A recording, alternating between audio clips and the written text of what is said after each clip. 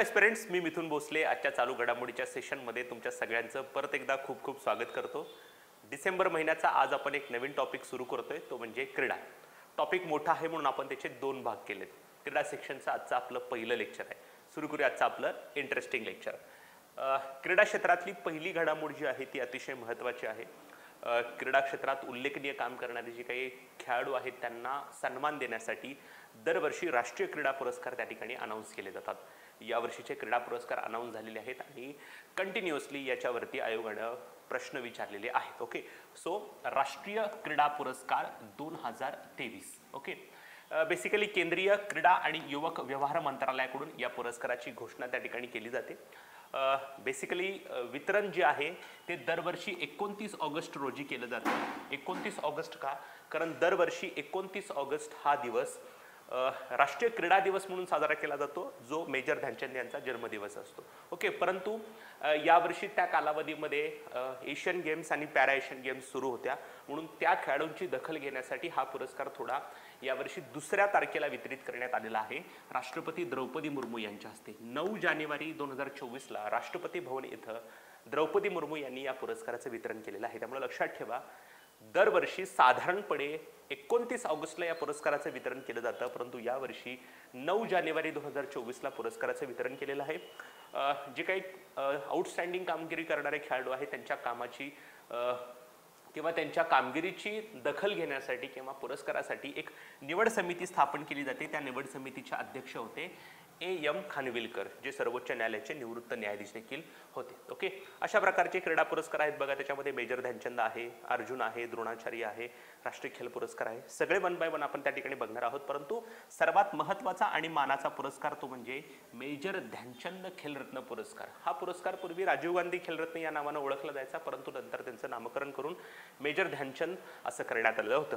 या वर्षीचा पुरस्कार चिराग शेट्टी आणि सात्विक साईराज रंकीरेड्डी यांना देण्यात आला आणि दोघेही बॅडमिंटन खेळाशी संबंधित त्या ठिकाणी आहेत। ओके, अतिशय महत्त्वाचा आहे। ओके, हा पुरस्कार जो आहे मेजर ध्यानचंद, त्याच्याविषयी आपण थोडं बघूया। हा देशातला सर्वोच्च क्रीडा पुरस्कार आहे। 91-92 मध्ये या पुरस्काराची सुरुवात झाली। मागील 4 वर्षांमध्ये कोणत्याही खेळामध्ये उल्लेखनीय कार्य करणाऱ्या खेळाडूला किंवा खेळाडूंना हा पुरस्कार दिला जातो। याचा अर्थ दरवर्षी एकाच नाही तर एकापेक्षा अधिक खेळाडूंना देखील हा पुरस्कार दिला जाऊ शकतो। पूर्वीचं नाव त्याचं राजीव गांधी खेलरत्न पुरस्कार होतं। पुरस्काराचं स्वरूप माहिती असू द्यात, 25 लाख रुपये रोख, पदक व प्रमाणपत्र। पहिला पुरस्कार विश्वनाथन आनंद यांना देण्यात आला। सर्वात तरुण पुरस्कार प्राप्त खेळाडू आहे अभिनव बिंद्रा, वयाच्या 18व्या वर्षी त्यांना हा पुरस्कार मिळाला होता। बिलियर्ड्स आणि स्नूकर या 2 क्रीडा पुरस्कारासाठी पुरस्कार जिंकणारा एकमेव खेळाडू पंकज अडवाणी। बेसिकली हे तसे बघायला गेले तर एकसारखेच आहेत, परंतु काही गोष्टीमध्ये त्यांच्यामध्ये वेगळं पण देखील आहे। ओके, सो पंकज अडवाणी 2 खेळासाठी पुरस्कार जिंकणारा एकमेव खेळाडू आहे। 22चा पुरस्कार मागच्या वर्षी शरद कमल यांना टेबल टेनिससाठी मिळालेला होता। Okay, yes. नंतर पुढचा पुरस्कार, दुसरा सर्वोच्च सन्मान क्रीडा क्षेत्राचा, तो आहे अर्जुन पुरस्कार। सर्वात महत्त्वाची गोष्ट तुम्हाला ही लक्षात ठेवायचं आहे की या वर्षीचा अर्जुन पुरस्कार एकूण किती खेळाडूंना देण्यात आलेला आहे? 26 खेळाडूंना देण्यात आलेला आहे। मी काही गोष्टी तुम्हाला यातले काही खेळाडू जे आहेत ते सांगेन की तेवढेच करा, त्याच्यावर आयोग प्रश्न विचारू शकतं। पहिल्या दोन्हीही व्यक्ती महत्त्वाच्या आहेत। ओजस देवतळे तिरंदाजी, जे महाराष्ट्रातले आहेत, आदिती स्वामी त्या महाराष्ट्राचे आहेत, त्यांचा पण खेळ तिरंदाजी आहे। नंतर मुरलीशंकर ॲथलेटिक्स, पारुल चौधरी ॲथलेटिक्स, हे महत्त्वाचं आहे, टिकमार केलेल्या गोष्टी लक्षात ठेवा। ओके, नंतर मोहम्मद हुसामुद्दीन बॉक्सिंग, नंतर आहेत आर वैशाली बुद्धिबळ, यांचा रेफरन्स आपण थोड्या वेळाने बघणार देखील आहोत। नंतर आहेत मोहम्मद शामी, सगळ्यात महत्त्वाची गोष्ट याच्यावरती प्रश्न विचारला जाऊ शकतो। मोहम्मद शामी क्रिकेट, यांना अर्जुन पुरस्काराने सन्मानित करण्यात येणार आहे। अनुष अग्रवाला घोडेस्वारी, नंतर आहेत दिव्यकीर्ती सिंग, महत्त्वाची व्यक्ती त्या ठिकाणी आहे घोडेस्वारी यासाठी। घोडेस्वारी प्रकारात अर्जुन पुरस्कार जिंकणारी ती पहिली महिला खेळाडू आहे। नंतर दीक्षा डागर, महत्त्वाचं आहे, लक्षात ठेवा, गोल्फ खेळाशी संबंधित आहेत। कृष्ण बहादूर पाठक हॉकी, पुखरंबम सुशीला चानू, त्याच्यानंतर आहेत पवन कुमार कबड्डी, रितू नेगी कबड्डी, नंतर नसरीन खो खो, हे एक लक्षात ठेवा। नंतर आहेत पिंकी लॉन बॉल्स, नंतर ऐश्वर्य प्रताप सिंह तोमर नेमबाजी, ईशा सिंह नेमबाजी, Harinder Pal Singh Sandhu squash, Ahika Mukherjee table tennis, Sunil Kumar आणि अंतिम पंघल कुस्ती या खेळाशी संबंधित, नवरेम रोशिबिना देवी वुशू, नंतर 24वे खेळाडू अतिशय महत्त्वाचे आहे शीतल देवी पॅरा तिरंदाजी खेळामध्ये, इलुरी अजय कुमार रेड्डी अंध क्रिकेट आणि प्राची यादव पॅरा कॅनोईंग. हे 26 लोक लक्षात ठेवणं फार कठीण आहे, परंतु लक्षात ठेवा आयोगाला जर प्रश्न विचारायचा असेल तर तुम्हाला त्या ठिकाणी मॅच द पेअरलाच प्रश्न विचारला जाऊ शकतो. आणि मी जे काही तुम्हाला काही महत्त्वाच्या गोष्टी सांगितल्या त्याच्यावर चांगलं हायलाईट करायचं आहे. ओके, सो ओजस देवतळे आणि आदिती स्वामी तिरंदाजी, नंतर पारुल चौधरी ॲथलेटिक्स, आर वैशाली बुद्धिबळ, मोहम्मद शमी क्रिकेट, दिव्यकृती सिंग घोडेस्वारी ड्रेसेस प्रकारामध्ये, नंतर पवन कुमार आणि रितू नेगी त्या ठिकाणी कबड्डी, नंतर आहेत नसरीन खो खो, पिंकी आहेत लॉन बॉल्स. ओके, नंतर आहेत शीतल देवी पॅरा तिरंदाजी. ओके, हे त्यातल्या त्यात महत्त्वाचे आहेत जे यावर्षी चर्चेत त्या ठिकाणी होते, त्यामुळं हे प्रामुख्यानं तुम्हाला लक्षात ठेवायचे आहेत. ओके, दर महिन्याच्या चालू घडामोडीचा आढावा घेणारं आमचं एक शाश्वत आउटलुक नावाचं मॅगझिन आहे.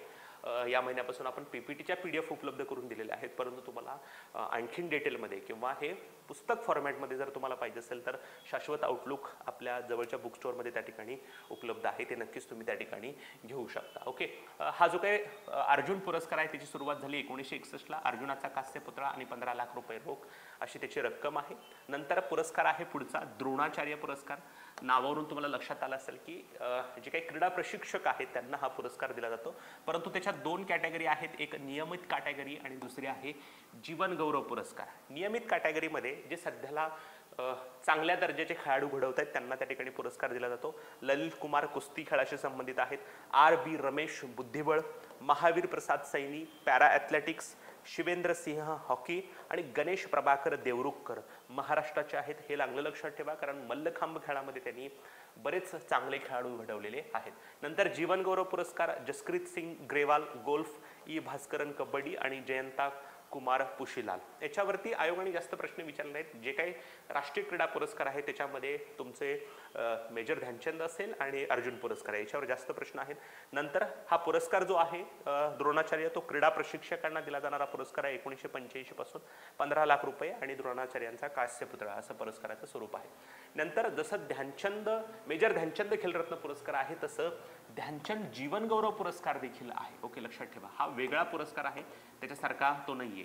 खेळामध्ये जे काही उल्लेखनीय काम करणारे आतापर्यंतचे खेळाडू होईल गेले त्यांना जीवन गौरव म्हणून पुरस्कार दिला जातो.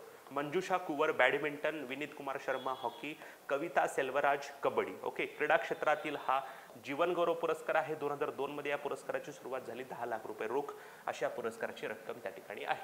नंतर मौलाना अब्दुल कलाम आझाद चषक, आपण त्याला ट्रॉफी असं देखील म्हणतो. ओव्हरऑल कॅटेगरीमध्ये जे विजेते विद्यापीठ आहे ते आहे गुरु नानक देव विद्यापीठ. आंतरविद्यापीठीय स्पर्धांमध्ये सर्वोत्कृष्ट कामगिरी करणाऱ्या विद्यापीठाला दिला जाणारा हा पुरस्कार आहे. 10 लाख रुपये रोख अशी त्याची रक्कम आहे. सो लक्षात ठेवा दरवर्षी मॅक्सिमम याच गुरु नानक देव विद्यापीठाला हा पुरस्कार मिळत असतो. सो मौलाना अबुल कलाम आझाद ट्रॉफी गुरु नानक देव विद्यापीठ अमृतसरला मिळाली आहे. ओके, नेक्स्ट नंतर आहे अतिशय महत्त्वाची न्यूज, ती म्हणजे IPL लिलाव 2024 त्या ठिकाणी पार पडलेला आहे. म्हणजे 24 मध्ये जी काही IPL स्पर्धा होणार आहे त्याच्यासाठी जे काही खेळाडूंचं ऑप्शन झालं त्याला आपण IPL लिलाव 2024 म्हणतोय. सर्वात महत्त्वाची गोष्ट दुबई इथं हा लिलाव झाला.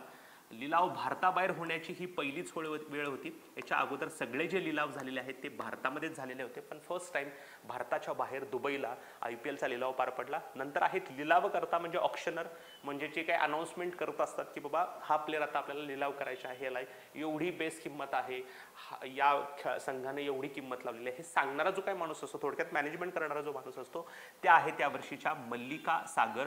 आणि पहिल्यांदाच IPLचा लिलाव एका महिलेनं कंडक्ट केलेला होता. सो लक्षात ठेवा प्रश्न विचारला जाऊ शकतो. ह्या आहेत मल्लिका सागर, IPLचे लिलाव घेणारी पहिली महिला त्या ठिकाणी आहे. सर्वाधिक बोलीचा विक्रम जो आहे तो याच लिलावामध्ये 2 वेळा मोडला. दोन्ही वेळेला ऑस्ट्रेलियाचे जे काही गोलंदाज आहेत त्यांना सर्वोत्तम बोली लावण्यात आली. पॅट कमिन्सला सुरुवातीला सनरायझर्स हैदराबादनं 20.50 कोटी रुपयेनं खरेदी केलं आणि त्यावेळेला तो IPL मधला सर्वात महागडा खेळाडू ठरला. परंतु थोड्याच वेळानंतर मिचेल स्टार्क जो ऑस्ट्रेलियाचा खेळाडू आहे त्याला कोलकाता नाईट रायडर्सनं 24.75 कोटी रुपयाला खरेदी केलं. आणि त्याच्यानंतर लगेचच पॅट कमिन्स नंतर मिचेल स्टार्क हा सर्वात महागडा खेळाडू त्या ठिकाणी ठरला IPLच्या इतिहासातला. सर्वात महागडा भारतीय खेळाडू तो आहे हर्षल पटेल, त्याला पंजाब किंग्सनं 11.75 कोटी रुपयाला खरेदी केलेलं होतं. सो हे आहेत बघा आतापर्यंतचे या वर्षीच्या IPL मधले सर्वात महागडे खेळाडू. एक आहे मिशेल स्टार्क, दुसरा आहे पॅट कमिन्स, नंतर आहे डॅरेल मिशेल्स, नंतर आहे हर्षल पटेल, नंतर आहे अल्झारी जोसेफ. Okay yes. नंतर आपण एक चर्चेतला खेळाडू बघूयात, मिचेल स्टार्क, जो त्या ठिकाणी ऑस्ट्रेलियाचा आहे. IPLच्या इतिहासातील सर्वात महागडा खेळाडू त्या ठिकाणी ठरलेला आहे. त्याला 24.75 कोटी रुपयांना कोलकाता नाईट रायडर्सनं त्या ठिकाणी खरेदी केलेलं आहे. याच्या अगोदर IPL मध्ये मिशेल स्टार्क रॉयल चॅलेंजर्स बेंगलोरकडून त्या ठिकाणी 14 आणि 15 या वर्षामध्ये खेळलेला होता. सो याच्यावरती आयोग प्रश्न विचारण्याची शक्यता जास्त आहे की IPLच्या इतिहासातील सर्वात महागडा खेळाडू कोणता आहे.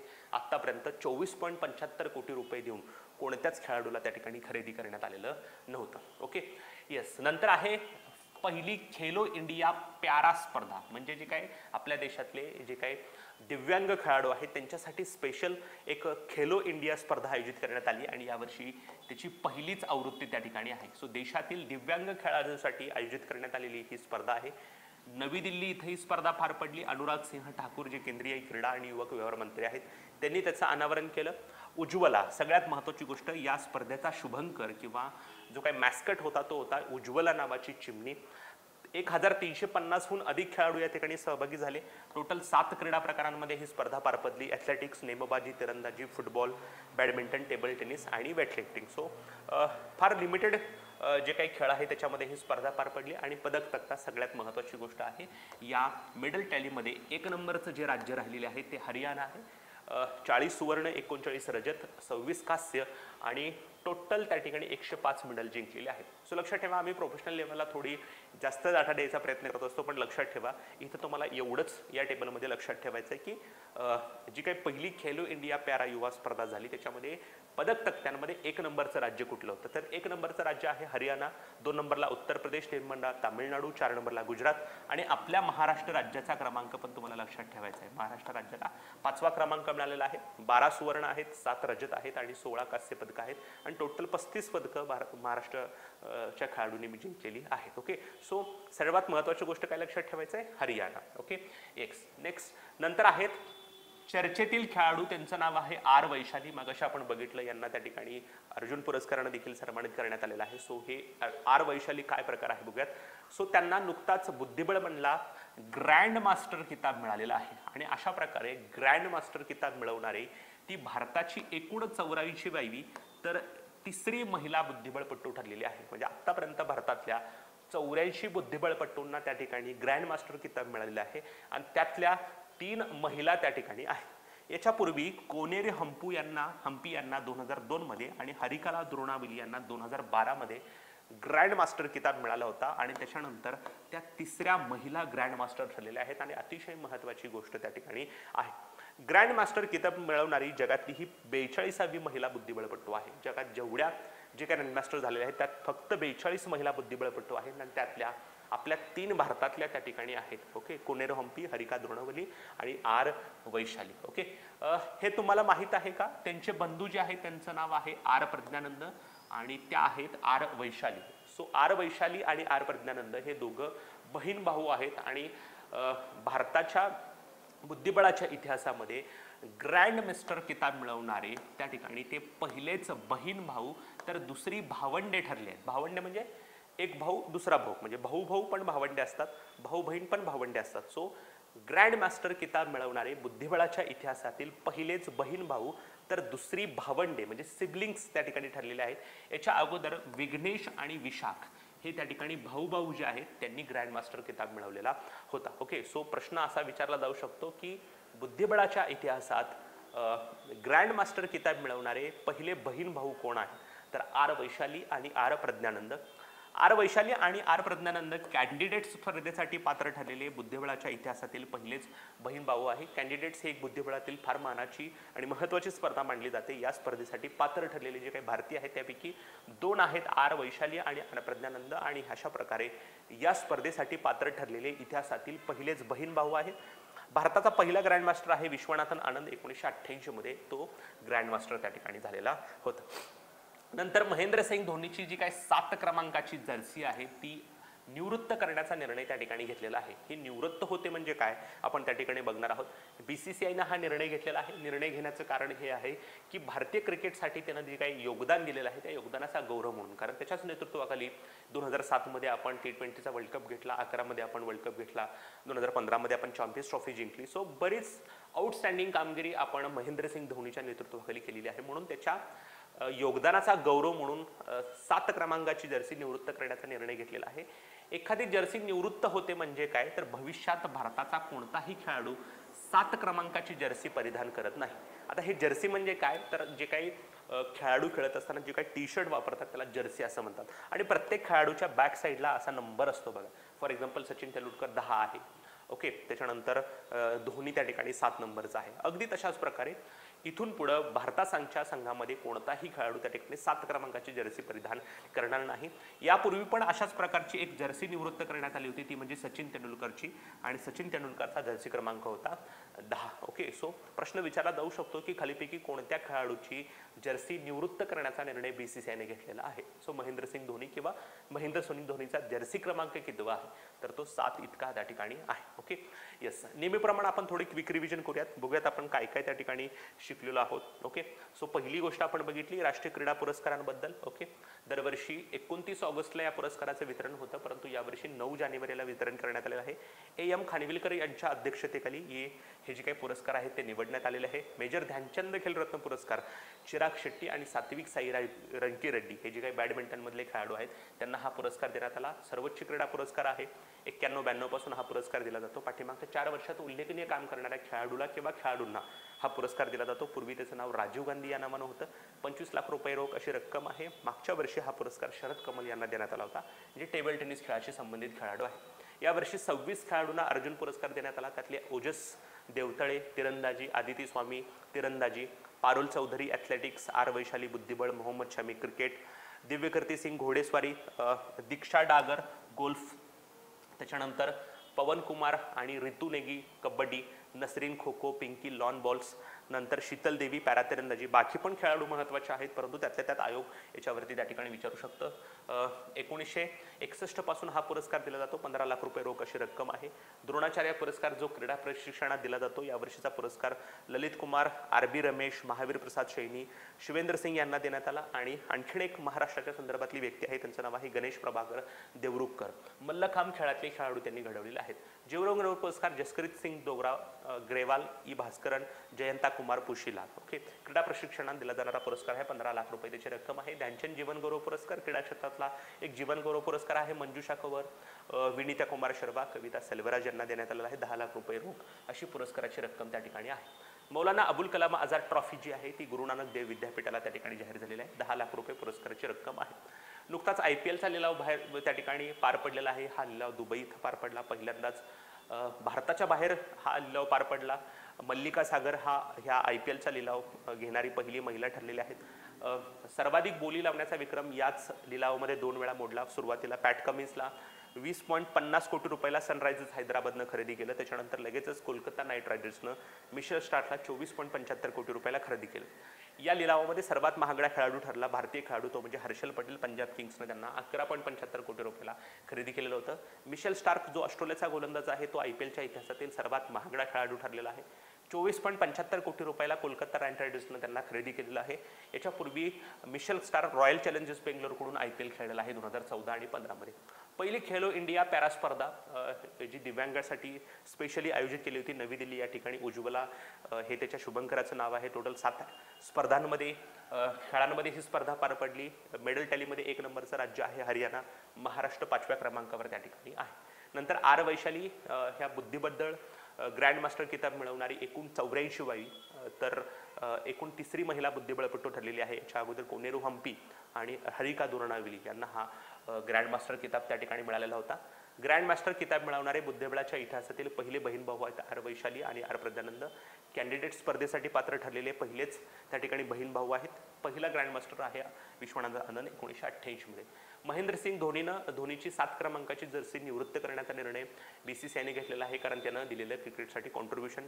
याचा अर्थ इथून पुढे कोणताही भारतीय खेळाडू 7 क्रमांकाची जर्सी परिधान करणार नाही. याच्या अगोदर सचिन तेंडुलकरची 10 क्रमांकाची जर्सी देखील निवृत्त करण्याचा निर्णय त्या ठिकाणी घेतलेला होता. ओके, सो आजच्यासाठी आपण इथंच थांबतोय मित्रांनो. परत भेटूयात नवीन चालू घडामोडी आणि नवीन संकल्पनासहित. तोपर्यंत धन्यवाद.